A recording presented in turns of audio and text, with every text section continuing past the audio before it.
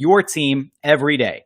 As always, I'm your host, Jackson Gatlin, native Houstonian and the founder/managing editor of ClutchCityControlRoom.com, your home for all things Houston hoops. You can follow me on Twitter at JT Gatlin, the show at Locked On Rockets, the blog at ClutchCityCR, and of course, you can follow our special guest today, the Podfather himself, Ben Dubose at Ben Dubose on Twitter, as we get ready to break down all this this tumultuous day in Rockets basketball, huh, Ben? Yeah, extremely. This was one of the wildest, I would say, 12 hours? I want to start off by saying to everyone, yes, I'm wearing my Astros gear because, you know what, I can be a fan. And name a better championship duo than Houston sports teams and Nick Anderson. Come on. That's, of course, moments before the podcast, Carlos Correa walked off Nick Anderson, just like, of course, Nick Anderson basically walked off himself and the Magic in the 95 finals against the Rockets. So got to start off by acknowledging that. As far as today, though, you know, it's funny. I was very online, even by my standards, because, you know, I was planning on at some point perhaps there being a done deal with the Rockets and a coach. And, you know, I was refreshing furiously throughout the morning. And thankfully, this happened before Twitter went down, by the way. So imagine if this had broken when Twitter was down. That would have just been pandemonium. But yeah, at 11:10 or whatever exact time it was, the bomb that Daryl Morey is stepping down. Oh, and by the way, there's still a coaching search going on that's entering the final stages. And, you know, Daryl is largely involved in that, still staying on until November 1st to help finalize the right hire, thankfully, because he's been involved to this point. So you should have some continuity of the process. And obviously, he's respected around the NBA.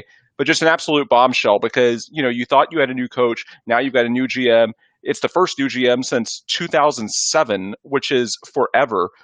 Jackson, to put this in perspective, when Daryl Morey took the job, you know, he first came on as assistant GM, basically to Carroll Dawson, kind of an underling for a year with the idea of transitioning. Then in 2007, he took it permanently.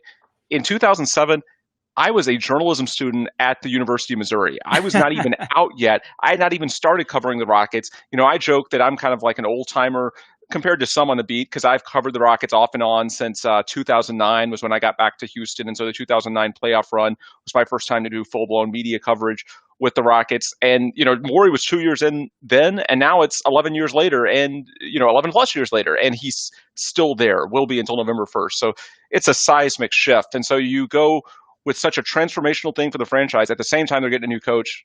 It's wild. And like I said, above all else, though, it's just sadness. You know, I don't want to say that it's devastating because I want to give Rafael Stone a chance. It's completely unfair for anyone to say, well, you know, it's over because he has trained under Daryl Morey. He might be really good. But at the same time, you know, the way I look at it, you knew with Daryl Morey, you had 100% shot that you had one of the best executives in the NBA leading the way. You knew it. As long as he was there, you had one of the best GMs in the league. With Rafael Stone, he might be very good. I hope he is. I've heard very good things. Whatever the odds are, though, they're not 100%. So it definitely hurts. I don't know how much it changes the outlook for this year, given that the team is largely intact. The coaching search is pretty far down the tracks. Your roster's under contract. I don't know how much it changes in terms of your, you know, 2020, 2021 outlook. But for 3 or 4 years down the line, there's even more uncertainty to, you know, a franchise that already had a healthy benefit, given the fact that Russell Westbrook, James Harden are now in their low 30s. You know, it's interesting you say that. You know, you bring up the point about Rafael Stone and how it's unfair to call this, you know, well, I think it's fair to still call it a devastating loss and to still, I mean, Morey has been arguably more of a cornerstone to the Rockets over the last 13 years than even James Harden. His time precedes that of James Harden. He's gone through 3 different eras of Rockets basketball, taking over the tail end of the Tracy McGrady Yao Ming era, then being kind of the middle ground transition era without any true blue superstar, where the Rockets remained competitive. They didn't go full blown tanking, and then now the James Harden era, and he brought us the James Harden era. So I do think it's fair to say that it's a tough loss. It's devastating to have to be sitting here talking about this today. But like you said, I echoed the same sentiment, and I still do that. I want to give Rafael Stone a chance. I do think that he is, a qualified candidate, that he's got, a background working in the Houston front office and has been a big part of a lot of those deals. He was critical in the deal to bring Chris Paul to Houston. He was very instrumental in,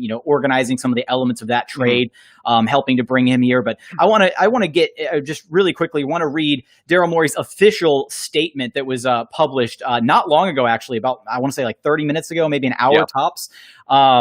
So Daryl Morey officially saying, after returning from Orlando and reflecting on what has been an amazing 14 years with the Houston Rockets, and after discussing my thoughts with family and close friends, I've decided I'll be stepping away from the Rockets organization effective November 1st.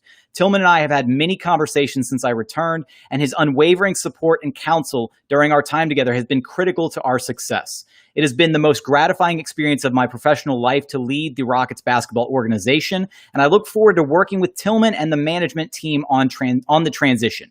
I'm very confident that the future for the Rockets and for our incredible fans, you guys, is in great hands, and that the Rockets will continue to perform at the highest level. And then from Tillman Fertitta himself, on behalf of the entire Rockets organization, I would like to thank Daryl Morey for his hard work and dedication over the past 14 seasons. Daryl is a brilliant innovator who helped the Rockets become a perennial contender. I have truly enjoyed working with Daryl and couldn't have asked for a better general manager to have at the start of my ownership. I wish him and his family all the best. So I think that the biggest thing, right, when this news dropped was Daryl being forced out, or was he leaving of his own accord? And I think you and I are actually of the same mindset on this. I believe truly that he chose to leave. And it's really easy. It's really easy to want to paint the picture of, oh, well, you can look at the China situation. You can look at some of the other optics and say maybe that he was forced out. You can try to paint that picture. I just don't think that's the case. I think he's leaving a lot of money on the table by willingly leaving. I think there's a lot of factors to consider that he is not being forced out. So yeah.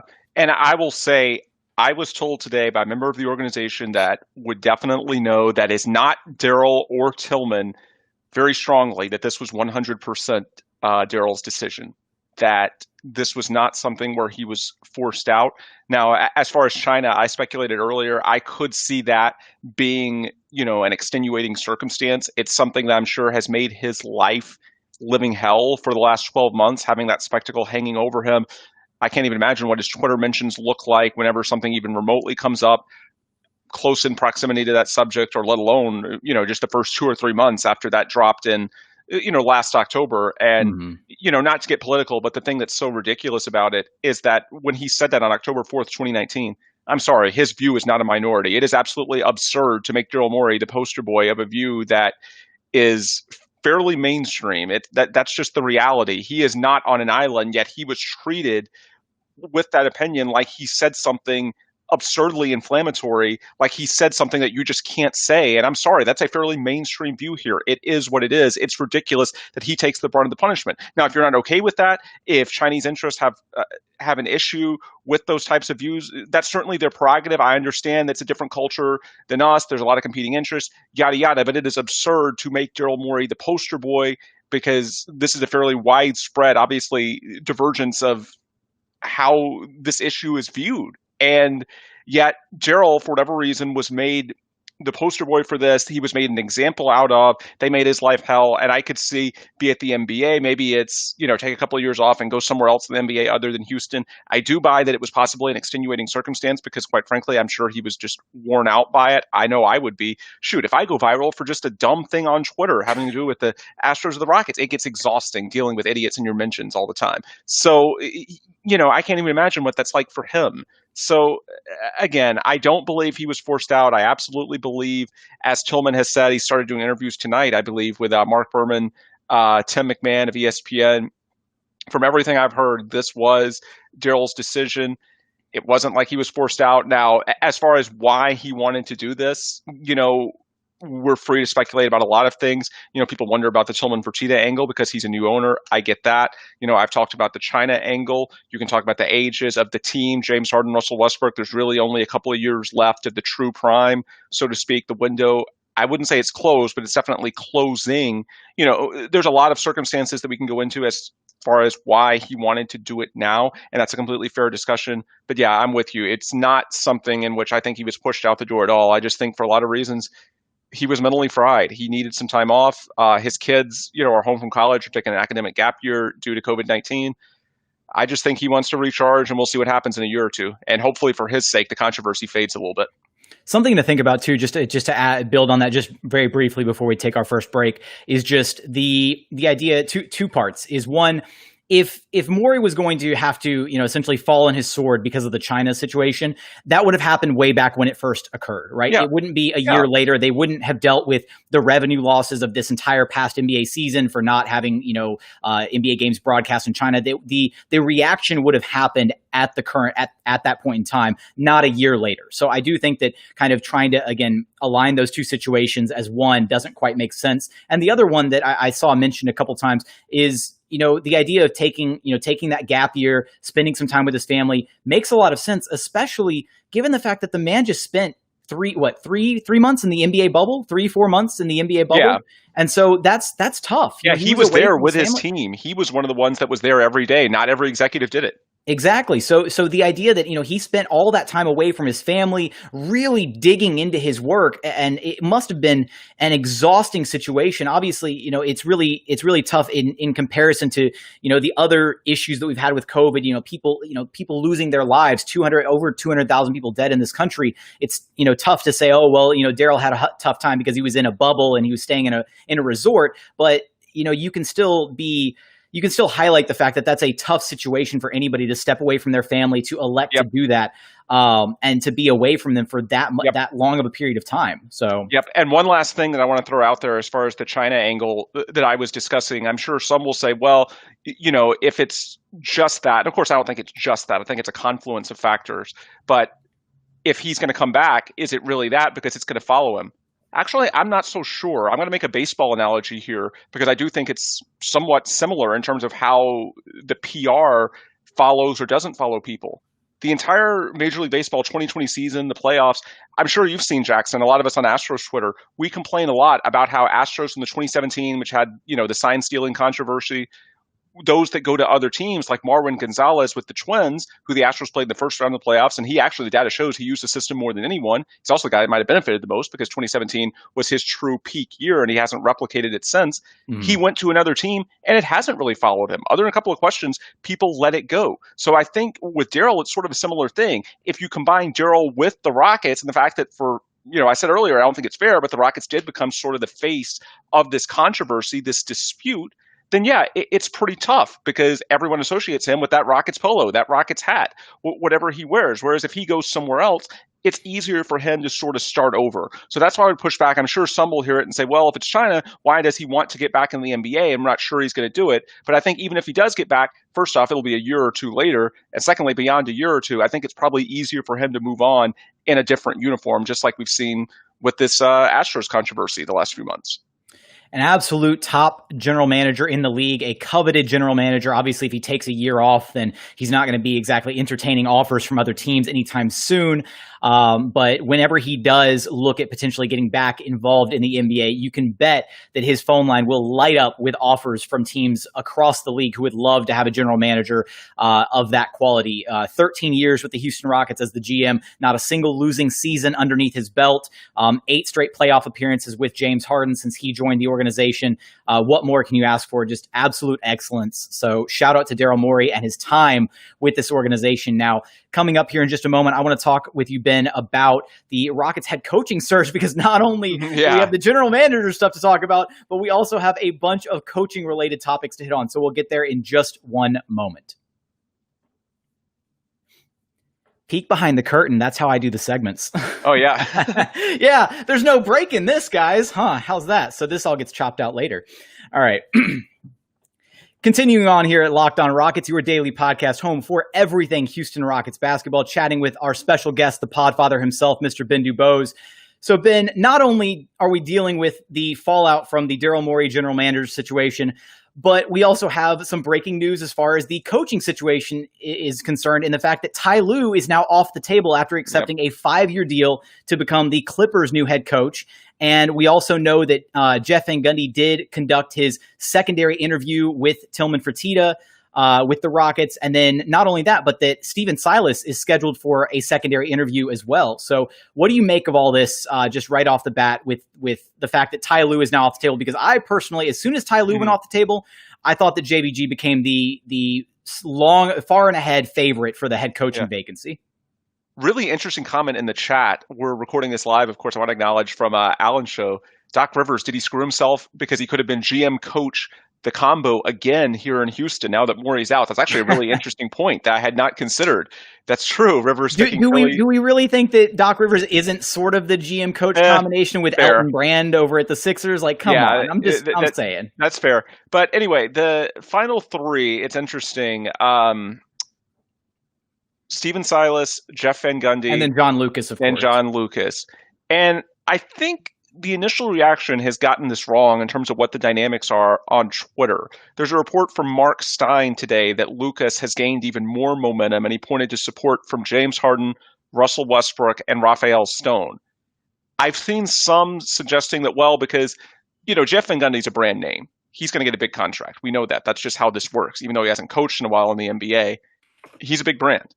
And Stephen Silas is one of the top assistants. I mean, he is universally respected. Even though he's assistant, he'll probably get a pretty decent contract because I'm sure he knows whether it be this year, next year, whatever job, he's going to get a job. People speak well of him.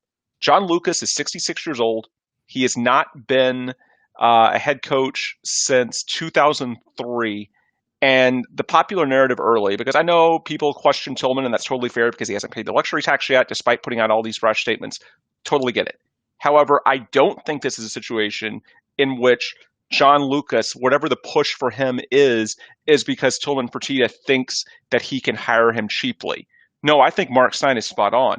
The push for John Lucas is from interest internally. Harden, Westbrook, perhaps Raphael Stone, the new GM, that are already comfortable working with Lucas and want to have some sense of continuity. They already lost Mike D'Antoni. They already lost Daryl Morey. And perhaps they don't want to fully change the identity from what they've known so much the last year or two. And to me, of course, in James Harden's case, much more than that. I don't. Sorry to interject, Ben, but to me, that kind of begs the question: with a new head coach being brought in, would John Lucas not still remain the head of player development? Yes. I mean, they'd still have a level of continuity there. Conceivably, although one thing that's going to be interesting now that you have a brand new GM, perhaps the coach has more leverage in bringing in his staff. One of the odd situations with Daryl Morey in Houston, he's had more control, and deservedly so, because he's one of the league's best GMs. At hiring the staff than most other GMs around the NBA. That may not be the case anymore. Now that you have a new Raphael Stone, you might defer, especially if it's, say, a Jeff Van Gundy with experience, to his take on assistants. So while in a perfect world, I'd like to keep John Lucas on the staff of one of those guys. It may not work out that way, or they may just want John Lucas as the lead voice because clearly he has deep connections with Harden and Westbrook. So I'm not trying to absolve Tillman. Criticisms are fair. Totally get it. On this case, I don't think the John Lucas push is because he's cheaper. I think the John Lucas push is actually because he's the internal candidate that a lot of guys in that organization really love. And actually, my guess is that Tillman might be on the other side. Jackson, I know you're a U of H guy. You know this well. Tillman's hires, the one that he's been very actively involved in at the University of Houston, Kelvin Sampson, Dana Holgerson, they've been pretty splashy. He wants to win press conferences. And if anything, I could see Tillman wanting a bigger name than John Lucas, who's a veteran, wouldn't really jump off the page in a lot of NBA circles. So to me, I think Twitter's reading this wrong. I understand the criticisms of Tillman from a financial perspective. I don't think that that's what's going on in this situation. I think it's sort of the internal versus external thing. With that said, my thought, I would lean after losing Morey to either Van Gundy or Silas. And let me explain why. If you had Daryl Morey, an established GM in place, one of the best in the league, okay, I could see taking a chance on John Lucas, the continuity. What I worry about is having a guy who doesn't really jump off the page in terms of attracting free agents. We know the Rockets are going to have to be aggressive with whatever exceptions they have this summer of the trade market. A guy who doesn't really jump off the page in terms of bringing interest to your franchise. And now you have a first-time GM. To me, that's a little concerning going into a year that, with James Harden and Russell Westbrook, 31, 32, it's all about winning now. I worry about, I know we like to think the narrative doesn't matter. Sometimes it does, Jackson, in terms of how attractive your organization is. Whereas, I could see it two ways. Jeff Van Gundy, I think that would still be my pick. He's a big brand name. He's established. People around the league know him. It gives you some sense of identity, a credibility from someone who's been there, done that in the NBA that kind of offsets having a first-time GM. And I know Rafael Stone, he's worked for Daryl Morey. He has pedigree. He has tenure. At the same time, he's unproven. This is the first time that he's going to be doing it on his own. So I think Jeff Van Gundy, the brand name, that gives you something. The flip side, you could convince me of Silas, who has an interview on Friday, that he's the upside play. I had a podcast last week with Salman Ali. I called him my Mr. Intriguing. Salman asked me to decide guys for each category. And Salman, in my chat with Salman, Silas was my Mr. Intriguing because to me, he just has so much upside. A guy who's young. He's so liked around the NBA. People rave about him. His work ethic is apparently through the roof. He's been there, done that. And, in 2016, when he was a finalist, clearly he resonated with this front office. At that point, he'd been in Charlotte for a few years, and you wondered, okay, he's a pretty good coach, but that's not exactly a great situation. Well, what's happened the last 2 years? He's gone to work for one of the top coaches in the game, Rick Carlisle. And by the way, this past year, they had the top offense in NBA history. Mm-hmm. According to Jonathan Fagan, Silas did great in his first interview. So it's one of those things. To me, either you want the stability of a Jeff Van Gundy, someone that kind of calms things down amid all this upheaval, or you want to just go pure upside. And to me, Stephen Silas, I'm not saying he will, but on paper, at 47 years old, conceivably, he could be another Nick Nurse type that all of a sudden, after a year or two, you say, wow, this is a top 5 coach in the NBA that just really raises your ceiling because he's that elite. Not saying it's going to happen, but he has that kind of upside. And so in a win now for the Rockets, I think either you want stability or you want the upside. With Lucas, I just sort of feel like, not that he's necessarily going to be a bad coach. I just don't think that, at 66 years old, it doesn't move the needle enough. He's not magically going to become a top 5 guy. He might be serviceable, but he's not going to be a top 5 guy. I don't think at this point. There's a reason why he didn't really stick in the first 3 jobs. And, if he's not a top 5 guy, and yet it also doesn't really move the needle in the short term in terms of how your franchise is perceived, then it's just sort of like, I don't know, to me, either you want a ton of stability and credibility, or you want the upside. You could sell me on either of those. It kind of feels like John Lucas is splitting the difference a little bit. And to me, that's not really what the Rockets are. And especially when you're in a super win now emphasis, to me, either Van Gundy or Silas makes more sense. Currently, as things stand, I'm kind of leaning Jeff Van Gundy, and I think there's been a lot of pushback towards JVG on social media, and I really don't think it's deserved, honestly. And I've been trying to provide a little bit of context as to, his first trip, here in Houston, his first stint here, and, the fact that he wasn't able to really get anything done in the playoffs his first time around. And I provided some context around that, some of the reasons for why those playoff series wound up the way that they did. But more than anything, looking at his numbers from his first stint here in Houston, what encourages me the most is that his teams during those first 4 years, they were never worse than 6th best defense in the NBA. So it was the 4th best defense, then the 3rd best defense, then down to the 6th best defense, and that was the year where Yao and T-Mac were both injured pretty much the entire season. Right. And then the final year here in Houston, it was back to being the 4th best defense. And the thing is the 2 years where he did have a healthy Tracy McGrady and a healthy Yao Ming, 04-05 and then 06-07. Well, a chunk of 06-07 because Yao still dealt with an injury that year, but was available for the playoffs. He had a middle of the pack offense. It was, 15th best rated offense in the NBA. And I know that doesn't jump off the page to anybody, but I think my biggest thing is that any team with James Harden and Russell Westbrook, the floor for that team offensively is at least top 10. And that's if you're keeping James, if you're keeping Russ, if you're keeping everything as it is, and essentially just running it back by adding a few more players at the margins, probably bringing in a big, a legitimate center, because Lord knows Jeff Van Gundy's not going to run a defense without a legitimate center. I don't think he's that evolved by his time with USA Basketball. But just running it back as is, I think the Rockets can essentially coast on what they have offensively and still be a top 10 offense. But if JVG can suddenly catapult them from a middling defense to a top 10 defense, then that team suddenly becomes really interesting. And I think he's the candidate that gets that done. I think with Stephen Silas, you will see maybe a bit more creativity offensively. Maybe he comes in and he's able to find a way to really defeat those James Harden double teams, those half court traps that we see so often now. Mm-hmm. But at the same time, bringing in Steven Silas isn't going to remedy the defense right away. And the defense is absolutely a trouble area for this Rockets team.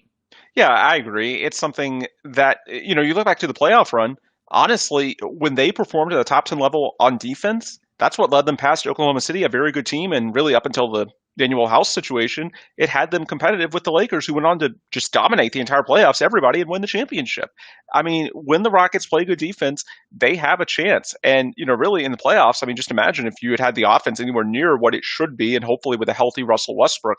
We've talked about this in the past, but if you, give Russell Westbrook a healthy offseason, not having surgery, maybe he has a type of bounce back that Chris Paul did this past year, and all of a sudden, you have two former MVPs in Harden and Russ. What happened in the playoffs should not really replicate in a full season. They should be a good offensive team with those two, assuming health. It's the defense where, we saw in the playoffs, even when the offense wasn't right, when the defense was at a top 10 level, they beat a good Oklahoma City team in the playoffs. They were competitive with the Lakers up until the House situation. And so, yes, I agree. If you get Jeff, then all of a sudden you feel pretty good about the defense. I don't think he's going to tolerate the lapses we've seen at various points in recent seasons. And that should give you a fighting chance. And like I said, beyond all that, the reason I like Jeff, it's just after the Daryl thing in particular, he gives you a certain sense of credibility, stability. Hey, someone's here that's proven, that knows what they're doing. And maybe that also helps in filling out the staff, because one of the big questions I've seen in the chat already, top assistants, the pool is almost limitless, but I just kind of feel like that Van Gundy gives you the best shot to pull from, because, his tree, people have had success working for him in the past. You look at Tom Thibodeau, you look at Patrick Ewing, he's brought guys along. His tree is one of those that's had a lot of offshoots over the years, and so it might help you in terms of recruiting the best assistants as well, now that you might be building a new staff with a new coach and not really having Daryl Morey as the GM, as controlling as he's been the last few years. All right. So coming up, we're going to tackle all of these questions, these amazing questions you guys have been throwing in the chat. I really appreciate that. We're going to tackle those coming up here in just one moment.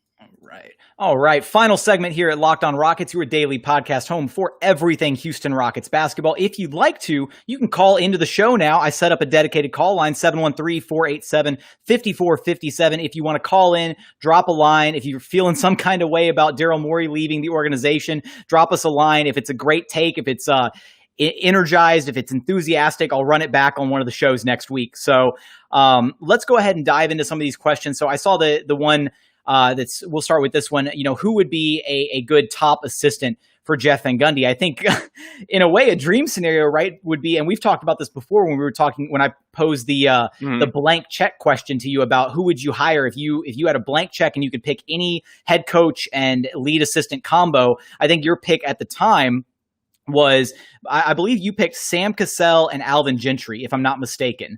Yeah. Were your lead two. And I went Jeff Van Gundy, Alvin Gentry, which kind of it's where we're at now with the potential Jeff Van Gundy hire. But I think you need a lead assistant who is going to balance out Jeff Van Gundy, an offensive-minded lead assistant, basically an inverse of the Mike D'Antoni, Jeff Bzdelik role, from a couple seasons prior, right?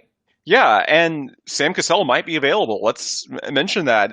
There's a lot of turnover in L.A. Doc Rivers isn't there. Ty Lue is there, and his top assistants are reportedly Chauncey Billups and Larry Drew. So even if Sam Cassell would come back, he wouldn't be the top assistant. There might be a situation where Sam Cassell could get to Houston, and obviously there's a high degree of comfort with the organization, the fan base, and if the style changes a little bit, obviously he's known with working on guards in the post, their mid-range game, stuff like that. Maybe Sam Cassell is a candidate for a top assistant. I could see that being an option, and Jeff Van Gundy, Sam Cassell, think of all the ties to Houston there. For an organization that's kind of taken a negative PR hit today with all the change, maybe bringing back two kind of beloved former Rockets, Jeff Van Gundy and Sam Cassell, is the ticket to sort of winning back the fan base and having some excitement for next season. All right, our next question from the electrifying phenom who asked this earlier, and the question's slightly cut off, but how does this affect Harden? How does all of this affect Harden? And I'm going to throw this out there, and I read this earlier on Twitter, but the idea from our good Clutch fans fan, wow, I can't talk. Clutch fans. Clutch fans, that's a word. God, There we go. I host a podcast. What's wrong with me? Anyways, our good friend over at Clutch Fans, Justin, who posed this question of, did Daryl Morey leave because Harden potentially requested to be traded? So I'm gonna put this. I'm just putting this out there because if I had to read it, if I had to deal with reading this and then thinking about what that possibly meant, all of you do too now. So yes or no? No. Okay. But at the same time, I do think you have to be aware of the fact that, look, James Harden's contract is up in 2022. And if you don't make a big push, or he has a player option in 2022, so does Russell Westbrook. And so if you don't get any closer to a title this year, then yeah, you may have to make some hard decisions a year from now if you fear potentially losing those guys for nothing. And 2021 is going to be kind of a big year because of the mega free agency that's going to happen. There's going to be tons of teams that have max cap space. Guess what? Not all of them are going to get max free agents. And so you're going to have guys that are looking to make a splash. You're also going to have situations potentially where, how did the Clippers lure Kawhi Leonard? They traded for Paul George. So be it James Harden, be it Russell Westbrook, if things don't really work out in 2021, could I see a scenario, unfortunately, where you're looking at tearing it down in 2021, a year from now? Unfortunately, I do think it's possible, especially because 2022 is one of the only years going forward that the Rockets do have full control of their own draft pick. So, if you were going to consider kind of tanking for a year, so to speak, that would be the year to do it. Certainly not from 2024 onward when you have so much capital given up to OKC in the Russ deal. So I could see it happening a year from now. Don't want to act like trading Harden is totally crazy, but this offseason, no, I think it's about the here and now. I definitely don't think that's why Daryl Morey left. And by the way, I've seen some questions also about Russell Westbrook getting traded because the Knicks reportedly have some interest in him. I get why people think about it, but people nationally are misreading this. I've seen some saying, well, there's a new GM in Houston. Could Westbrook or Harden be on the block? Yada, yada. No, if they were going to do that, you'd see Tillman Fertitta looking outside the organization for a different hire. Beyond just saying that it was Daryl Morey's decision, they are hiring his top guys. They are promoting from within, guys that are part of the analytics revolution, guys that put this team together. They've been there for years and years. These guys are not going to reinvent the wheel. And by the way, Joel Morey's still under contract through November 1st. He's still going to be working as they finalize the coaching search. I know just people think that, well, there's a new GM, so it must mean there's some upheaval. No, I mean, this is solely because Daryl Morey wants to move on, just like we talked about. This is not because Tillman Fertitta or anyone else with the Rockets wants a strategic change of direction. They are going back with the same tree, the same guys that have put this analytics-driven system in place for years and years. I don't expect any major change in terms of their approach stylistically for the time being. Maybe it changes in a year from now, depending on if they're any closer in 2021. As I said, the 2022 player options, you have to be aware of that. But for now, I don't expect any big change. Quick highlight, as we were talking about the potential lead assistants earlier, a guy who has had some experience with the Rockets organization already, Kenny Atkinson, who would be an interesting hire under Jeff Van Gundy as potentially. There we go. As a potential lead assistant, should he not find a home as a head coach elsewhere, that would be an interesting option. Somebody highlighted his name in the chat. Now, I want to pose this question, Ben, just to kind of follow up on what you just said. Is it not possible, though, that with a rookie GM, with a first-time GM in Rafael Stone, that Tillman Fertitta may have his imprints even more so on deals and decisions moving forward? Because ultimately, yes, Daryl Morey goes out and does all the groundwork, but then Tillman Fertitta is the guy who signs off on the deals. Is it not possible that very similarly to the Russell Westbrook trade a little over a year ago, where Tillman Fertitta jumped in at the last moment, took over, pushed the trade through? Yeah, is it possible that he kind of looks to get more involved in that element of his business, of the Rockets organization, alongside Rafael Stone, rather than in necessarily not reinventing the wheel, but maybe you have somebody else who's chipping away at the current wheel. I don't know how to make an expression out of that. Yeah. Well, for starters, I don't think it would be Tillman. I think it would actually be his son, Patrick, who's around a lot more often. Tillman isn't even at his office at Toyota Center very often at all. He's got so many other businesses. He's very hands-off. I do believe when he said, in regards to the coaching thing, he called himself the sign-off guy. I think that's largely true. Now, his son, Patrick, is fairly involved with the Rockets. He's fairly hands-on. And so it's possible that maybe with a younger GM that Patrick Fertitta ends up having a slightly larger role. We'll have to wait and see, as opposed to Daryl Morey, who's obviously established. Just want to clarify right there. It's possible the Fertitta family maybe steps in a little bit more, an analogy. I'm full of baseball analogies today because of the Astros, but, after... And you're dressed for it too. Yeah. So. after the 2019 World Series, the Ryans sort of got pushed out, and you've seen Jim Crane's son get a little more involved with the Astros. Perhaps that happens a little bit with the Rockets and Tillman Fertitta. We'll have to wait and see. But I don't think it'd be Tillman himself. I do believe that he's honest when he says he's fairly hands off about a lot of this. He's just the guy that sort of cuts the checks. But yeah, you're right. You could see with a younger GM him being a little more Malleable? I don't know, pressured. Yeah, but at the same time, I mean, they've always been a pretty open communication group. So I don't know how much truly changes. I mean, maybe a little bit, but I just don't see after 1 year, especially because the other thing about, trading Harden or Westbrook, how does it get you any closer to a title? This is not a league where, you trade $1 for 4 quarters and it typically works out. Your formula for a championship, and Tillman, I believe, wants to win a championship. That's what brings you money. Your formula is peak upside in the NBA. And for the Rockets, it's getting Russell Westbrook back to the guy we saw in late January, February, early March, before the hiatus, before he had COVID, before the quad strain. I just don't see where the trade makes any sense right now. And again, because not that many teams have cap room right now. Overall money right now is kind of at a premium for a lot of owners anyway, given COVID cost crunch. Russell Westbrook, 2 or 3 years left in the contract, so I'm not sure if he has positive trade value that much anyway, given the fact he's making like $45 million a year almost the next 2, potentially 3 years. You could have, to get to the root of your question, yes, you could have the Fertittas a little more involved. I don't think it's anything drastic in 2020 just because I just don't see it making sense. But in 2021, potentially.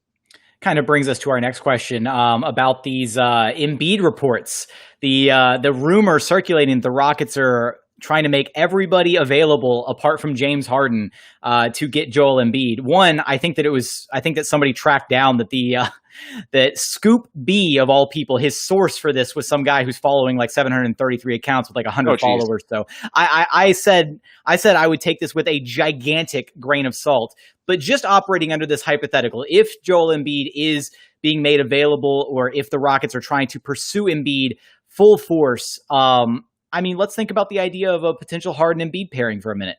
Yeah, I mean, reminiscent of Team Acquiao. Yeah, I mean, it'd be fun. I'd be all for it. I just don't know how, without Harden, you have enough to tempt the Sixers into this trade, unless they really, really like what's going to be a 32-year-old Russell Westbrook. Or maybe a third team like the Knicks really wants Russell Westbrook. I guess, but the Knicks loaded with flush with draft picks. But then you'd have to have the Knicks being willing to do a really dumb thing and trade a ton of draft picks. I just don't see how it makes sense for the Sixers. That said, but it's the Knicks. The Knicks do dumb things all the time. Yeah, right? That's true. The Knicks do a dumb thing, and the Rockets do have an unprotected first they could conceivably deal that could be very valuable. I'd be very intrigued. I mean, he's a guy that's still in his 20s that has a lot of upside. He's clearly an all-star, very skilled. Yeah, you could absolutely sign me up for that. I just don't know how it comes to be short of a blessing from the Knicks that they, pay a lot for Westbrook. And, my fear would be, okay, if, Embiid's available for that, why wouldn't the Knicks just take him themselves? That's sort of the thing.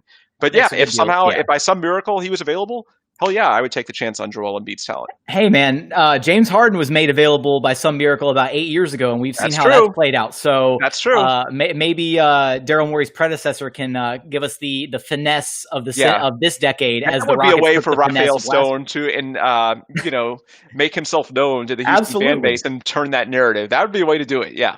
All right.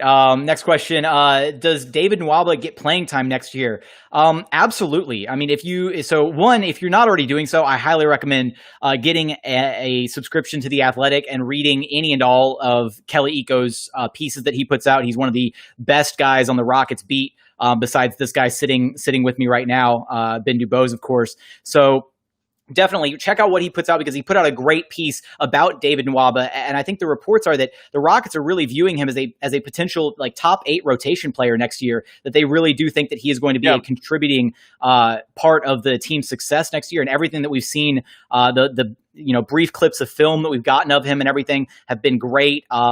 Our good friend Nathan on Rockets Twitter has done some film study on David Nwaba and what he looks like when he's healthy. For all intents and purposes, I think he's going to be a significant part of the rotation next year. Yeah, I absolutely think they'll give him a shot. I mean, you think back, it's been a theme the last 2 years. They have not been able to replace, going back to that great team 2 years ago, the contributions of Trevor Ariza and Luke Babute before he was injured. They've tried several guys, and it has not been as easy as they had thought just to kind of plug and play James Ennis disappointed. Michael Carter-Williams disappointed. Damari Carroll, they had high hopes for. He didn't really take. So they've tried this several times, the 3-and-D sort of guys off the scrap heap, and it hasn't really worked the way they wanted.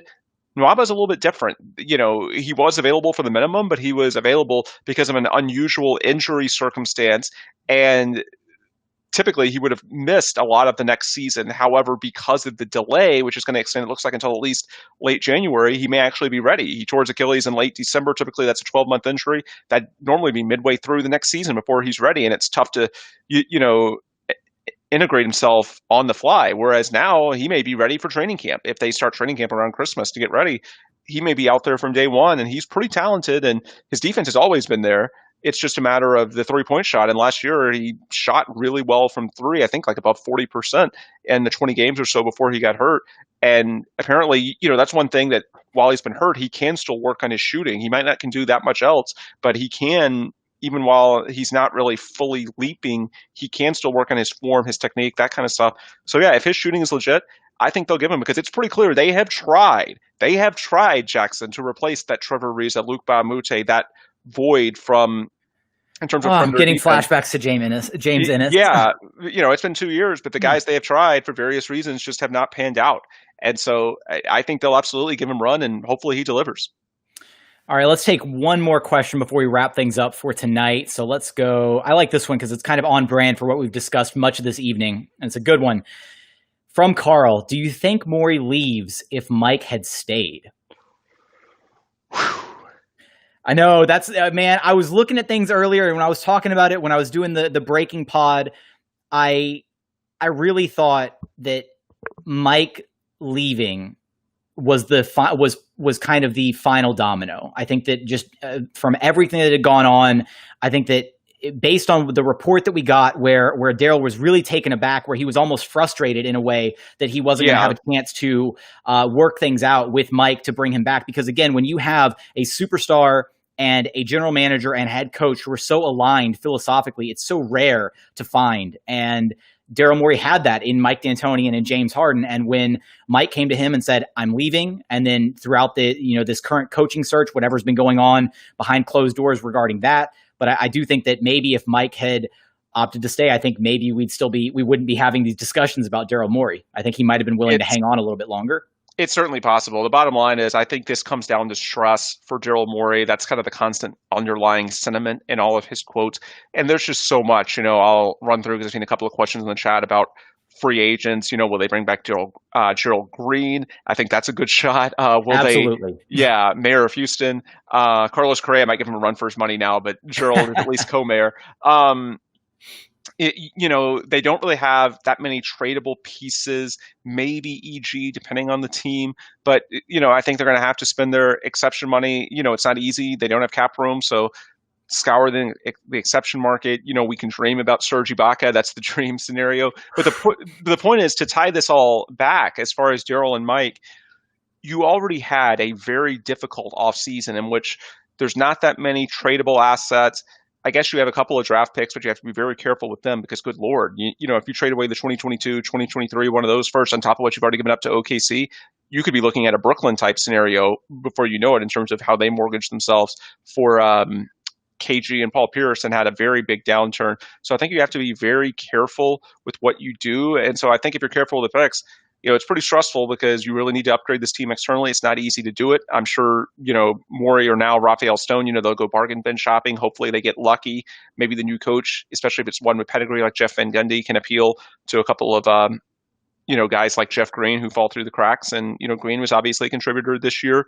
So the bottom line is that it's tough. There's not an easy way to upgrade this team. And yet, as of now, they clearly weren't as good as the Lakers. And there's no reason to think that, just internally that they're magically going to get better given the ages of the key players. There's no reason to think they're going to take a big leap and then all of a sudden next year do what they couldn't do this year in terms of getting to that top tier rather than the second tier of contenders in the West. So, there's a ton of stress because there's so much pressure with two MVPs, 31 and 32 years old, to win now. There's so much pressure, and yet you don't really have an easy way to do it. And that's even before we talk about, is Tillman Fertitta willing to spend all these exceptions, eat the luxury tax payments, all that stuff, which he has not done yet. There's all that stress. And now you add in taking away a coach that he had a great working relationship with in Mike D'Antoni and adding a new coach. And potentially that new coach, maybe they want to change the system a little bit. I don't know if they'll go away permanently from small ball, but I think the odds are, especially if it's Jeff, you'll definitely have an option that's not, PJ Tucker in the middle. You'll at the very least, yeah. Yeah, you'll at least bring in, ideal world, Ibaka. We talked about that, but maybe Nerlens Noel, someone like that can at least give you 20 minutes a game of a different style and be somewhat of a pick and roll lob threat. Aaron Baines. Yeah, there you go. And you get the Aaron Baines Twitter account, which is magic. If we had that if we had the Aaron Baines Twitter account and Disney Gary Clark, like the Rockets Twitter would become unstoppable. It's game over at that point. Yeah, but the point is tied all together. I mean, this was already a stressful job in terms of there's so much pressure to win now. It's hard because honestly they're close, but they're not quite there. And then you add in having to build a new relationship with a new coach and everything that comes with that. Yeah, I could see it. It's possible that this was just sort of one more stressor in a situation that was becoming increasingly stressful. And maybe that just led him to say, he mentioned tonight, I saw the statement, he had a lot of time alone in the bubble to think. And maybe he just figured, hey, this is the time. Let me kind of recharge for a year or two and then go somewhere else. Lot to think about, a lot to sit on, but we will continue, as always, to keep you covered at Locked On Rockets. So really quickly, Ben, before we get out of here, where can everybody find your content at? Yep. Ben Dubose on Twitter, the Rockets Wire on Twitter, and then rocketswire.usatoday.com is the website. Got plenty of coverage from today and even more to write because now Tillman and Daryl are doing the interview circuit tonight. Absolutely. All right. Well, that's going to do it for tonight's live Locked On Rockets. So if you missed it, you can check us out on the actual podcast. If you tuned in late, check us out. This will be turned into tomorrow's podcast once I can get it all condensed down. But really appreciate you guys joining us, taking the time to be here, hanging out, asking questions. So that's going to do it. So as always, thank you so much for tuning in, and we look forward to having you back right here at Locked On Rockets, your daily podcast home for everything Houston Rockets basketball.